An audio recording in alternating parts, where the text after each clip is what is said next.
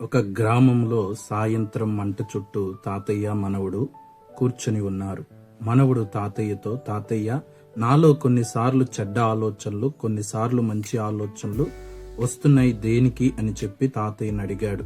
అప్పుడు తాతయ్య, బాబు, ప్రతి మనిషిలో కూడా మంచి చెడు అనే రెండు రకాలైన తోడేళ్లు ఉంటాయి.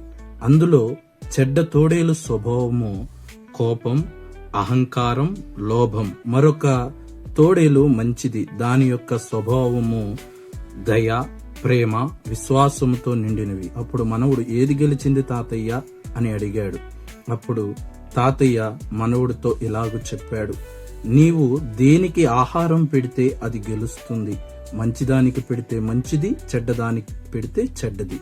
కాబట్టి ఈ కథను బట్టి మన జీవితంలో మనం మంచి నిర్ణయాలకి ఆహారం పెడితే మన జీవితం మంచిగా ఉంటుంది. కాదని చెడుకు ఇస్తే మన జీవితం చెడు.